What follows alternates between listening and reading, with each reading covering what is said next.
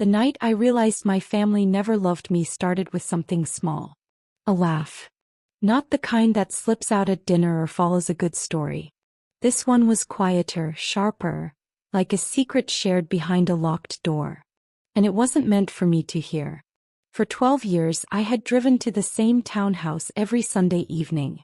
Rain, deadlines, flights delayed at Heathrow, snowstorms that buried the roads outside Boston. It didn't matter. I showed up. Because that's what family meant to me. My name is Claire Donovan, and for most of my life I believed loyalty was the same thing as love. That night proved how wrong I was. I was standing outside my parents' dining room window holding a box of lemon tarts from a bakery my mother loved. The kitchen lights were on. Through the glass I could see the table already set. Plates, wine glasses, the usual Sunday ritual. I was just about to walk in when I heard my name. Claire won't question it. That was my older brother, Nathan. His voice carried easily through the cracked window. My father answered calmly, almost bored. She never does. The lemon tarts nearly slipped from my hands. I stood perfectly still, every instinct telling me to leave. But something deeper kept me frozen in place. Inside my mother sighed. Are we sure about this? Nathan laughed. Mom, relax. Claire thinks helping people is her personality. They all chuckled. A strange hollow feeling opened in my chest. I leaned closer to the window without realizing it. My father spoke again. She's making over $200,000 a year now. Senior risk consultant in New York. She'll handle it. Handle what? Nathan answered before the thought finished forming. My lawyer says if I don't replace the money before the audit, it turns into criminal fraud. The word fraud landed like a stone. My brother, the same brother my parents bragged about at every holiday dinner, had apparently been siphoning money from his own startup. And they were planning to fix it. With mine. We'll say it's temporary, Nathan continued. Family emergency. Maybe 80,000. 80,000. My hands went numb. My mother hesitated again. That's a lot of money. Nathan scoffed. She gave you 40 grand for the kitchen renovation without blinking. My father added quietly. And the 30 she gave you for the medical bills. My stomach turned. Those weren't loans. Those were moments when I thought my family needed me. Moments when I believed helping them meant something. Nathan laughed again. She thinks she's the responsible one. The dependable one. He paused. Honestly, it's kind of convenient. Inside the house, 3 people I had loved my entire life began discussing the best way to manipulate me. Not asking. Planning. My father's voice ended the conversation with quiet certainty.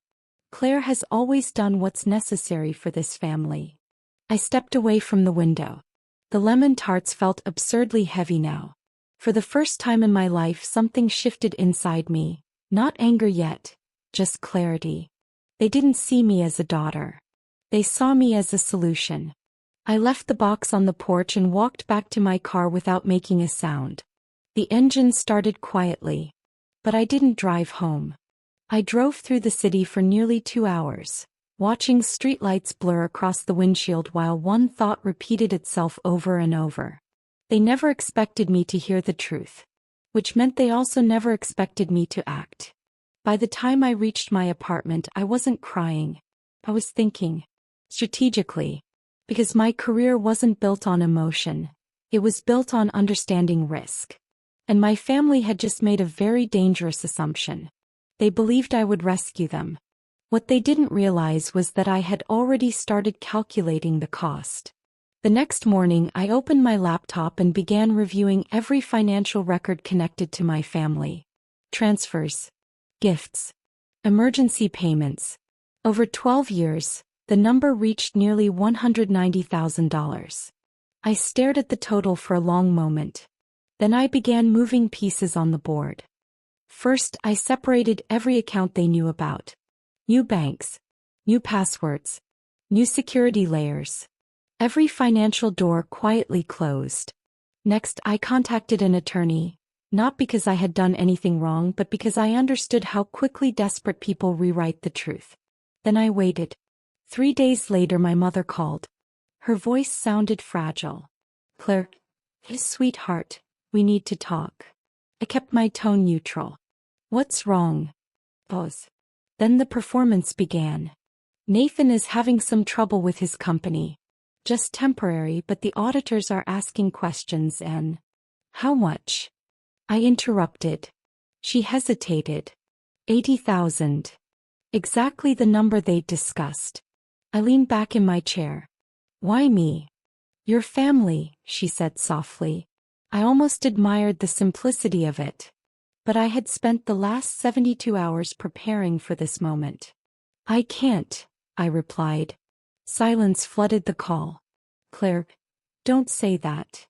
I'm serious. My mother's voice sharpened slightly. Your brother could lose everything. I closed my eyes. He already did, I said quietly. Because he broke the law. The conversation ended soon after. But the real retaliation came 2 weeks later. I was served with legal papers at my office. My parents were suing me. According to the complaint, I had allegedly loaned them money for years and was now demanding repayment, causing them emotional and financial distress. The accusation was absurd. But it revealed something important. They weren't just desperate. They were willing to destroy my reputation to save themselves. Which meant it was finally time to move the last piece of the strategy. 3 months later, the court date arrived. My parents walked into the courtroom confident. Nathan sat beside them, looking pale but hopeful. They believed they had cornered me. What they didn't know was that I had spent the past 90 days documenting everything. Every transfer. Every message. Every voice recording from previous conversations where they admitted the money was a gift. When the judge asked for evidence, my attorney calmly handed over a folder nearly 2 inches thick. Nathan's face drained of color as the documents were reviewed. Then the judge looked directly at him. Mr. Donovan, she said slowly. It appears your sister has actually been financially supporting this family for over a decade. Nathan didn't answer. Because the truth was now public. And the power dynamic had completely reversed. The case was dismissed within 15 minutes. But the consequences didn't stop there. Those same financial records revealed something much more serious. Irregularities tied directly to Nathan's company accounts. The audit he feared was already underway. 6 months later he was sentenced for fraud. My parents sold their house to cover legal fees. I didn't celebrate. Revenge, I learned, doesn't always feel satisfying. Sometimes it simply feels quiet. A year after the trial, I moved to Edinburgh to lead the European division of my firm. New city. New life. New people who valued honesty more than obligation. On certain Sundays I still bake lemon tarts. Not because I miss those dinners. But because I remember the woman who once believed loyalty alone could hold a family together. He was wrong. But she taught me something valuable. Love without respect isn't love. It's leverage. And the moment you realize that, you stop being the person they can use. You become the person they underestimated. And that's when the balance of power changes forever.